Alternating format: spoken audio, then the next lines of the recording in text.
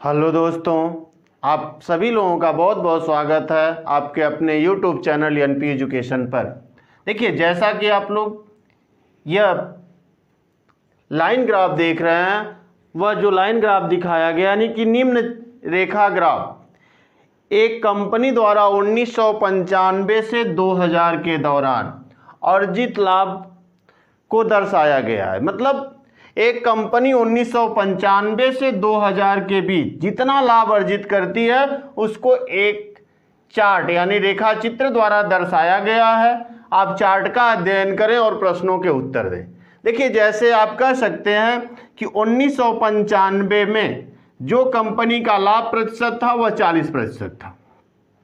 1996 में जो कंपनी का लाभ प्रतिशत था वह 55% था। 1997 में जो कंपनी का लाभ प्रतिशत था वह 45% था। 1998 में जो कंपनी का लाभ प्रतिशत था वह कितना था? देखिए यहां से 65% था। 1999 में जो कंपनी का लाभ प्रतिशत था वह 70% था, सही। और 2000 में जो कंपनी का लाभ प्रतिशत था वह कितना था? 60% था। ऐसे लाभ प्रतिशत को दर्शाया गया है। आप इस चार्ट का अध्ययन कीजिए और जो प्रश्न पूछे जा रहे हैं उनका उत्तर दीजिए। जैसे देखिए, प्रश्न कौन से पूछे गए? Question number 1। देखिए, क्वेश्चन नंबर 1 कहा कंपनी द्वारा अर्जित लाभ की परास है। कंपनी द्वारा अर्जित लाभ की परास है।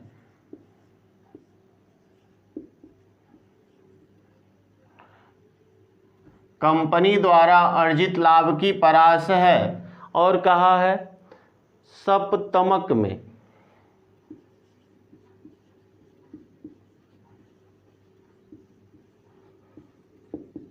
परास का अर्थ होता है रेंज, रेंज का अर्थ होता है परिसर ना।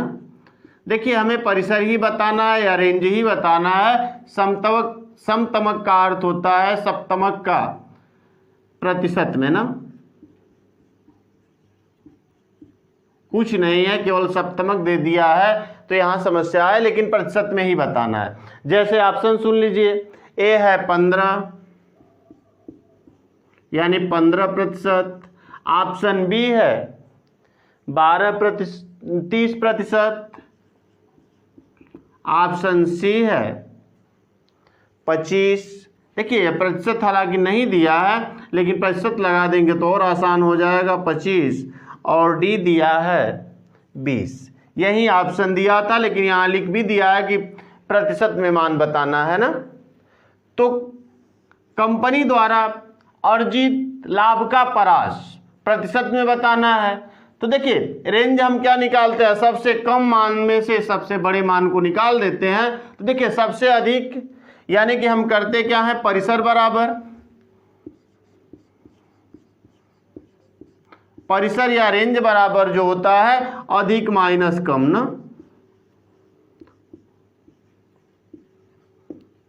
तो सबसे अधिक कितना है? तो आप कह सकते हैं 70% है। और सबसे कम कितना है? 40% है।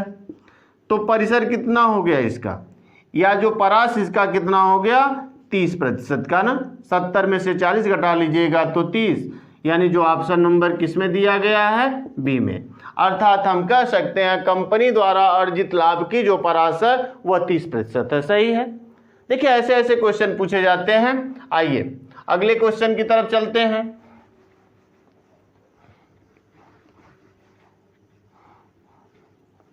इसे मिटा देते हैं और लिखने में आसान है। इस चीज को समझिएगा। यह जो दिया है लाभ प्रतिशत दिया है ना, कि कितना प्रतिशत लाभ हुआ, यह दिया हुआ है। अब देखिए, अगला जो क्वेश्चन है, वर्ष 1995 के दौरान, वर्ष 1995 के दौरान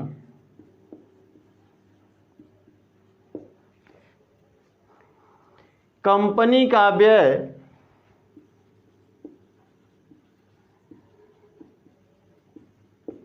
कंपनी का व्यय रुपया 20,000 करोड़ था तो रुपया 20,000 करोड़ था तो उस वर्ष कंपनी की आय थी, तो उस वर्ष कंपनी की आय थी। ऑप्शन सुन लीजिए। ऑप्शन ए है 25,000 करोड़, आय थी 1,000 करोड़ में, यानी रुपए 1,000 करोड़ में। बी जो है वह है 12, सी जो है 15 और डी जो दिया गया 28। ए बी सी या डी कौन सा होगा? चलिए हल करते हैं ना। देखिए वर्ष 1995 के दौरान कंपनी का व्यय रुपए 20,000 करोड़ था तो उस वर्ष कंपनी की आय थी रुपए 1,000 करोड़ में, यानी 25,000 करोड़ थी कि 12,000 करोड़ थी कि 15,000 करोड़ थी कि 28,000 करोड़ थी। आइए देखते हैं। देखिए यानी कि हम कह सकते हैं प्रतिशत लाभ बराबर क्या होगा? कंपनी की जितना आय माइनस व्यय बटे व्यय गुणे 100, क्योंकि आप परसेंटेज निकाले होंगे तो इस चीज का प्रयोग करते हैं ना। प्रतिशत लाभ बराबर आय माइनस व्यय बटे व्यय गुणे 100, सही। अब देखिए यहां मान सकते हैं हम कि माना कंपनी की आय यक्स रुपए हो या यक्स 1,000 करोड़ हो, ठीक है। तो देखिए प्रतिशत लाभ कब? 1995 में। तो 1995 में जो प्रतिशत लाभ रहा है कितना? 40%। तो लिख लीजिए 40% बराबर आय कितना हमने माना? यक्स। व्यय कितना हुआ? तो व्यय आप कह सकते हैं दिया हुआ है कि 20,000 करोड़ हुआ ना, तो यक्स में से व्यय को घटा लीजिए 20,000 करोड़ बटे में व्यय यानी 20,000 करोड़ गुणे कितना? 100। देखिए 20 एक कम 20, 20 पाँचे 100 कट जाएगा, अर्थात हम कह सकते हैं कि 40% बराबर कितना? यक्स माइनस 20 गुणे कितना? 5, सही। अब ध्यान दीजिए, सही, यानी कि प्रतिशत लाभ, तो लाभ हमारा 40% दिया है, सही है, तो 40 हम लिख सकते हैं, कोई समस्या नहीं। देखिए 5 बटे 40 8 बार में कटेगा, 8 बराबर यक्स माइनस कितना हो जाएगा? 20, सही। अब देखिए पक्षांतर कर सकते हैं, तो हम लिख सकते हैं यक्स बराबर कितना होगा, या इधर करें तो माइनस हो जाएगा, तो यहाँ माइनस 20 माइनस 8, क्योंकि इधर जाएगा तो माइनस, अर्थात माइनस यक्स बराबर कितना हो जाएगा? माइनस 28।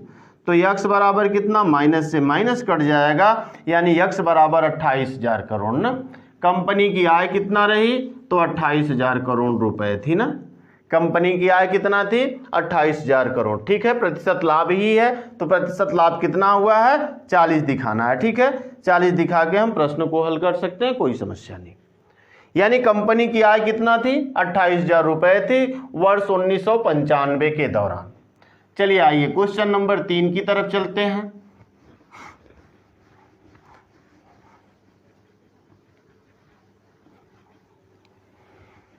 देखिए जो क्वेश्चन नंबर 3 है, कंपनी द्वारा अर्जित लाभ किस वर्ष में अधिकतम है? क्वेश्चन 3, कंपनी द्वारा अर्जित लाभ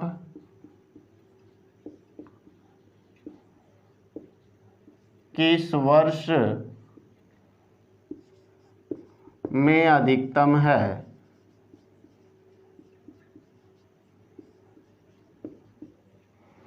किस वर्ष में अधिकतम है? ऑप्शन देख लीजिए, कह रहा है 2000 में, ऑप्शन जो बी है 1997, ऑप्शन सी 1995 और ऑप्शन डी 1999। किस वर्ष में अर्जित लाभ सबसे अधिक है? तो यहाँ देखिए सबसे अधिक 70 है, जो किस वर्ष में है? तो 1999 में ना। हम कह सकते हैं 1999 में अर्जित लाभ क्या है? सबसे अधिक है। देखिए प्रश्न ऐसे ऐसे पूछे जाते हैं, अगर हम मेथड समझते हैं तो प्रश्न कोई भी होगा बड़ी आसानी से हल कर सकते हैं ना। भले प्रश्न अलग होंगे लेकिन अगर हम मेथड समझते हैं तो प्रश्न करने में हमको बड़ी कठिनाई नहीं होगी। यानी कि कंपनी द्वारा अर्जित लाभ किस वर्ष में अधिकतम है? तो कंपनी ने सबसे अधिक लाभ कब अर्जित किया है? तो 1999 में। देखिए लास्ट से एक बार पहले, यानी यह है 2000, इससे पहले 1999 में कंपनी ने सबसे अधिक लाभ अर्जित किया है। कितना परसेंट? 70%। यानी कि आप कह सकते हैं कि 1999 में कंपनी ने सबसे अधिक लाभ 70% अर्जित किया। यानी कौन सा? 1999, जो ऑप्शन नंबर डी में है सही हो जाएगा। आइए अगले क्वेश्चन की तरफ चलते हैं।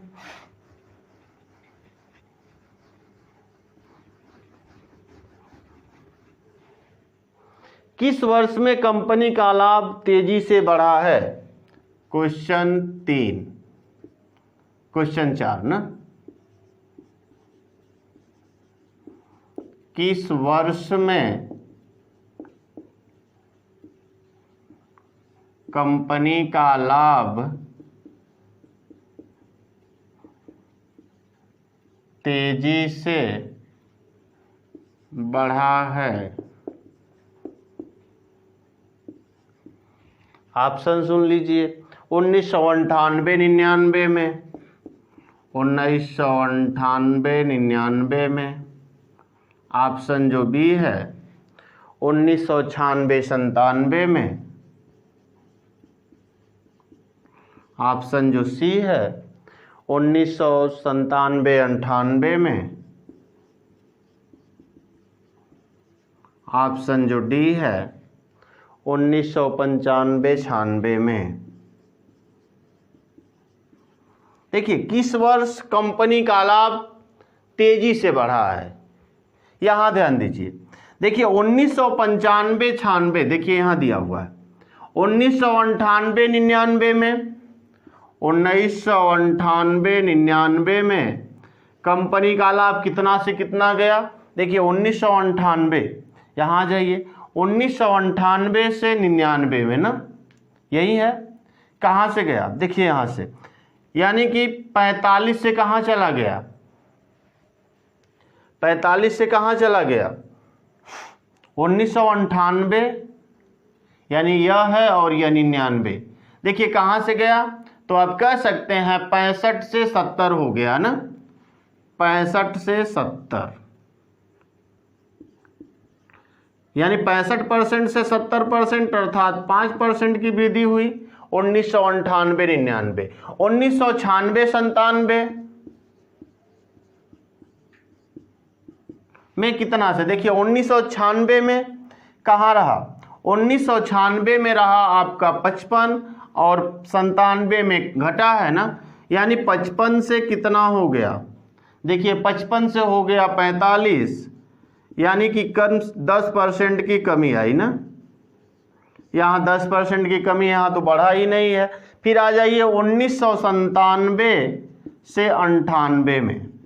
देखिए 1997 में कितना था? 45 था, और 1998 में कितना था? तो आप कह सकते हैं 1998 में जो था 65 था, यानी कि 45 से कितना हो गया? 65 हो गया ना।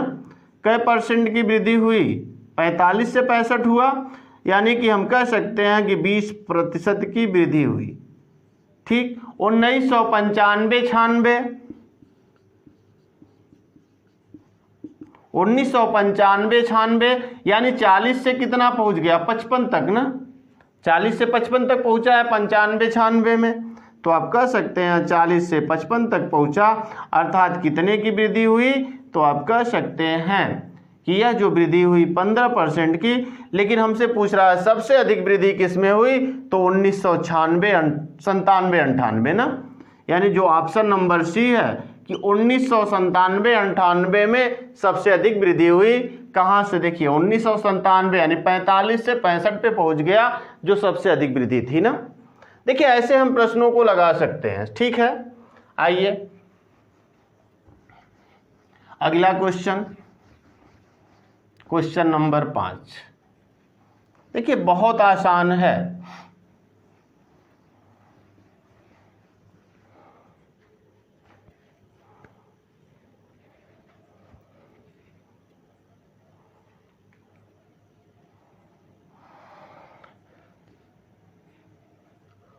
देखिए दिया गया क्वेश्चन नंबर 5,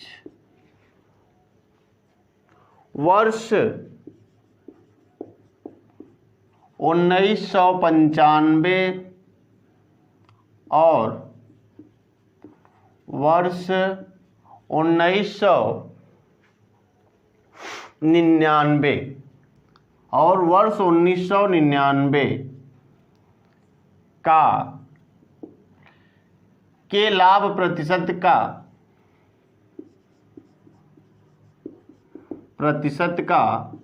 अनुपात है। देखिए कह रहा है कि वर्ष 1995 और 1999 के लाभ प्रतिशत का अनुपात है। 1995 और 1999 के लाभ प्रतिशत का अनुपात है। ऑप्शन ए है 2/3, ऑप्शन बी है 5/7, ऑप्शन डी है 4/7, सी और ऑप्शन जो डी है वह 7/4 का है। देखिए वर्ष 1995 और वर्ष 1999 के लाभ प्रतिशत का अनुपात है, यानी कि 1995 में और 1999 में। देखिए कितने का हुआ, तो 1995 में कितना प्रतिशत लाभ था, 40%। अनुपात पूछ रहा है हमसे। और 1999 का जो लाभ प्रतिशत था कितना था, 70% ना, यानी परसेंटेज से परसेंटेज कट जाएगा, 0 से 0 कट जाएगा, 4/7 का अनुपात होगा ना।